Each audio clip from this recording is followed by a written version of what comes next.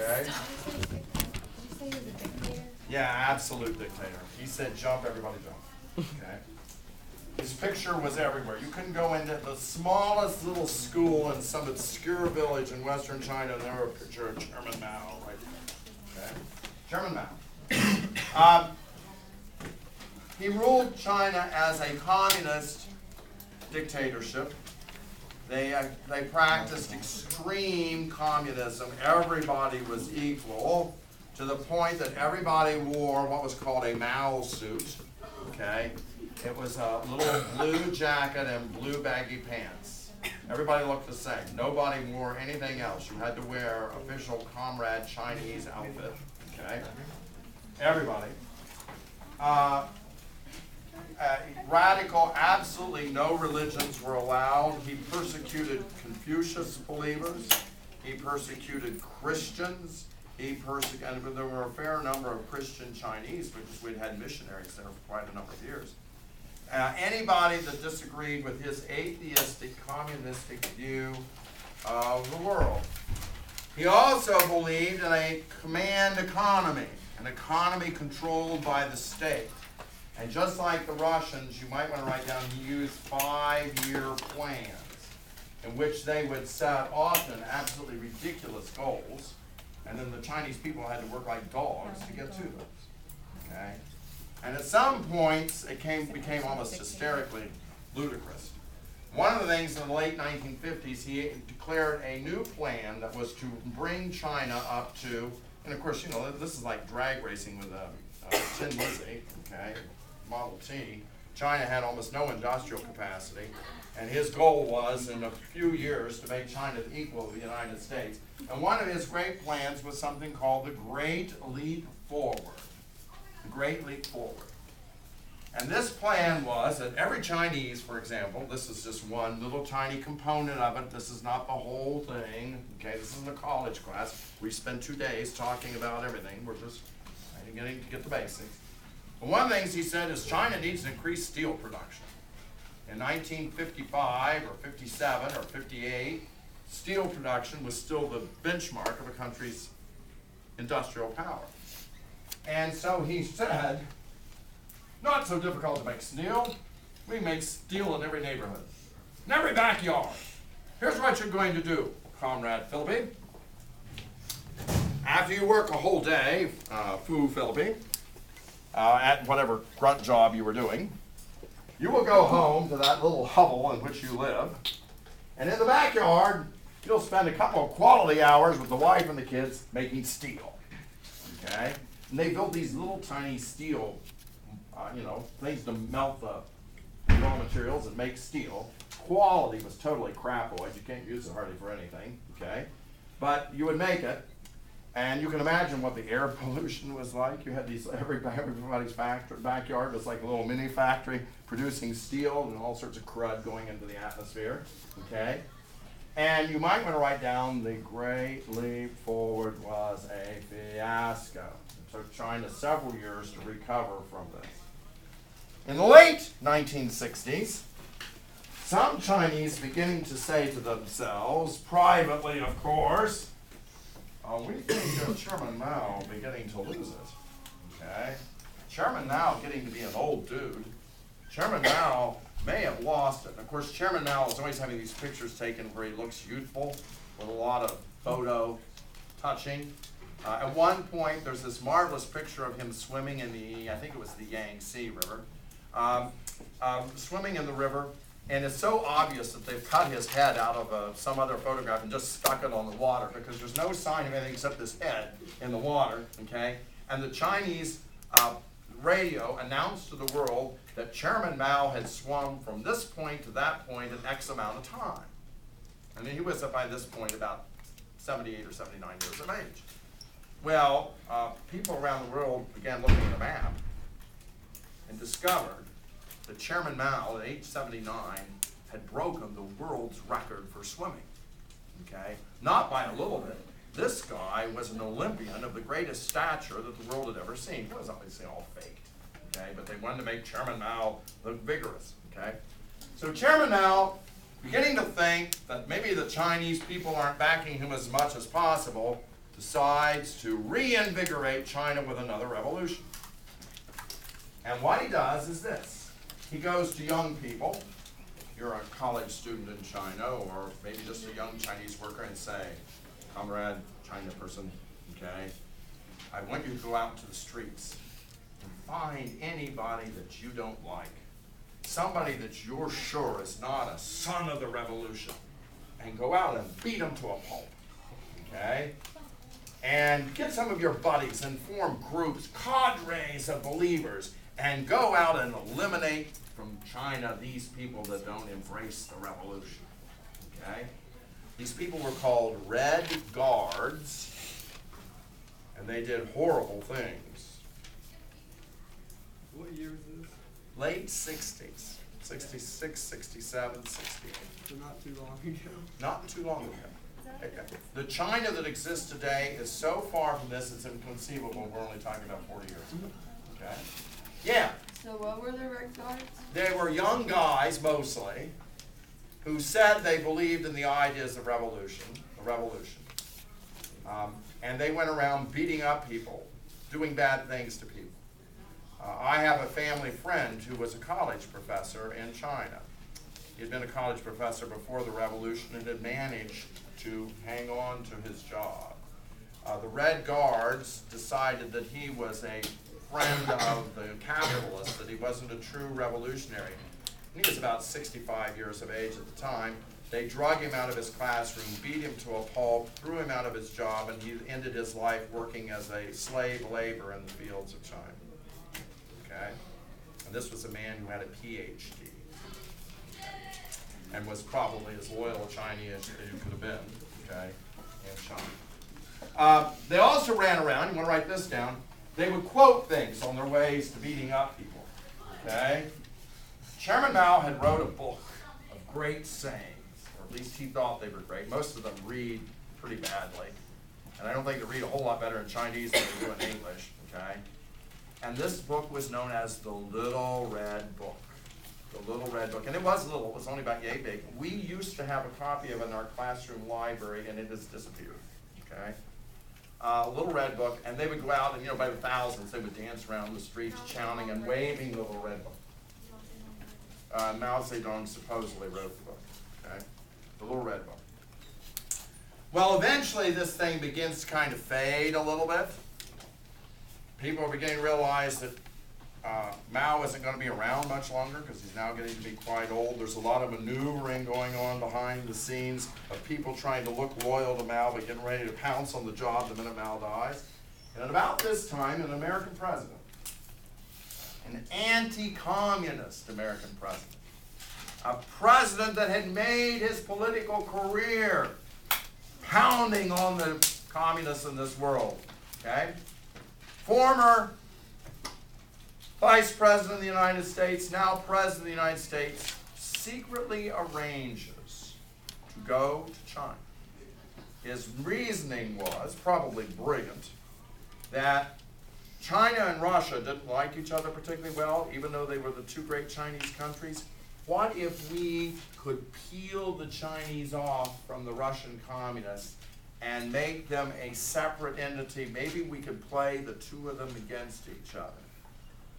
And this president, in 1972, and I remember it well, there was no announcement at all. Well, suddenly on the television it comes on and says, the President of the United States is on board Air Force One heading for the People's Republic of China.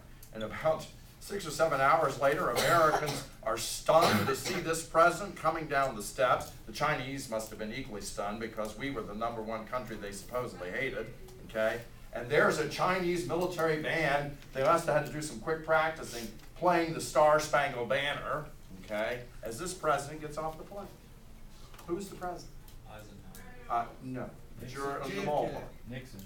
Richard Milhouse, anti-communist Nixon. Okay? He opens the door to China. Mr. Jackson, it's on that trip when he came home and it was a rainstorm, remember? And he wasn't, you might want to tell him that story. Oh, yes. It was raining, and the President of the United States gave a brief speech about how well it went. any sensible man would have had an umbrella above him while he was giving the speech. Okay? He didn't. Why? You guys know this, or you should, if you remember from sophomore year. There's somebody else in history who once came back from visiting an evil nation, and he gave a speech with an umbrella over his head. No politician since that time will ever give a speech, particularly a speech, a controversial one, with an umbrella over his head. The man was Neville Chamberlain when he came back from the Munich conference in 1938, okay, and comes back to London, and with an umbrella over his head, as he's standing there, one of his flunkies is holding an umbrella so the prime minister doesn't get wet, okay, and he comes back waving a piece of paper and saying it's peace in our time, and a year later, World War II breaks out and Britain's fighting for his life. Appeasement, remember that word appease that you had your sophomore year? Well, Nixon makes sure that he is not standing under an umbrella when he comes back from China. Because a lot of conservative Republican Americans are having a cow. My God, we elected this anti-communist, and now he's going to China. Okay? So it was very controversial. Last thing is this, and then we're done. About 1980, let me see, I need somebody out here who looks like a sensible, level-headed Chinese bureaucrat. Oh, Mr. Fetter, don't take it wrong, but look at that look. Comrades, everything is under control, okay? Mr. Fetter, you're sitting in your office, and you're looking at statistics, and the Chinese economy is not doing well at all. You're barely able to feed your population. Every item of industrial production is way off what you want it to be. You can't build new weapons. You can't build a great army. You can't build a great navy. You can have a lot of people. The Chinese had an army of 12 million, but most of them were armed with World War II vintage rifles, and that was about it. You can't do these things unless you can jazz up industrial production. Communism simply doesn't seem to work very well, okay? And then you get a heretical idea. What if we became capitalists? Okay? But dear God, we can't call it capitalism. We've been saying capitalism is the soul of evil for the last 25 years, okay? We need a new name.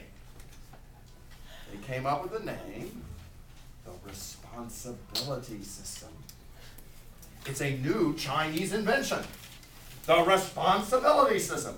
It says responsibilityism. Okay? Responsibilityism. Ism? Ism. Oh, system. No, ism. Ism. Okay? Oh, that's so cushy. Okay? Responsibilityism. Okay? Or system. Oh my God. Responsibilityism or system. This idea, okay, is, now you're a smart young man, even with your brain damage, okay? You're a smart young man. Here's what we do. We go out and allow people to do things on their own. They're not told what to do.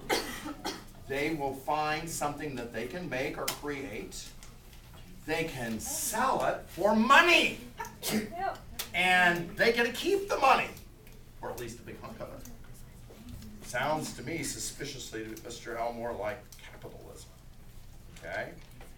And this turns out to be the golden decision. Because now, look back here, look at him, he looks the part, look at this dignified dress outfit that he has on back here. A nice preppy check shirt, spiffy looking sweater, okay? Okay? You're sitting in your office in the United States. You make widgets. It costs you currently, paying $19 an hour to your American workers, a lot of money to make the widgets. And you can't make a lot of profit on them. But if you go over here to China, okay, to this young man right over here, Fu Wang Kung, okay, hi Fu. If you come over to him and say, would you make these? We'll pay you, instead of $19 an hour, we'll pay you 75 cents an hour. Okay? And you're thinking, yes, I'm rich. Okay? Because you've been making about 5 cents an hour. We'll make the same thing. We'll close our American factory, Youngstown, Portsmouth, Akron. We'll close our American factory and we will send the jobs to China. And that is the beginning of a huge industrial explosion in China. And you want to write down, before you graduate from college, China will become the wealthiest country in the world. In 30 years, they've gone from an industrial joke to the biggest industrial manufacturing society in the world. And town after town across the United States has seen its factories close and either move to China, or the jobs simply disappear and go to China, and some Chinese company starts making whatever the item is. And of course, I love to pick on them. What company is the greatest champion in the United States of Chinese goods? Walmart. Okay? Walmart in Chinese should translate to something like, we love China. Okay? Now, last little thing, and then we're done. Little thing number one. Little thing number one. Little thing number one. China still claims to be communist. If a Chinese government official came in here and I said, well, you're a capitalist society. Oh, we are not. We are dedicated to the ideas of Chairman Mao. Okay? His portrait still hangs in all major government buildings. Okay? They still claim to be a communist state. In reality, they're a capitalistic state with a fascist government. The Chinese people have virtually no individual freedoms. Now, so far, they've put up with this because the Chinese people are living better now than they've ever lived. Okay? There are American car companies that now sell, General Motors have several brands, for example, this is true, that sell more of those brands in China than they sell in the United States. Okay? So the Chinese people are making money, and they're buying houses and apartments, and they're buying cars, and they dress well, and all that sort of stuff. Okay? But every time they talk in public, they look around, they pick up the phone, they're very careful what they say, because it is a fascist, to use an old term, a fascist state of dictatorship. Now, we are totally done. Pack her up. The bell rings. We're out of here. Mr. Flagg, would you come back and see me at my desk? I'm going to just take a journey.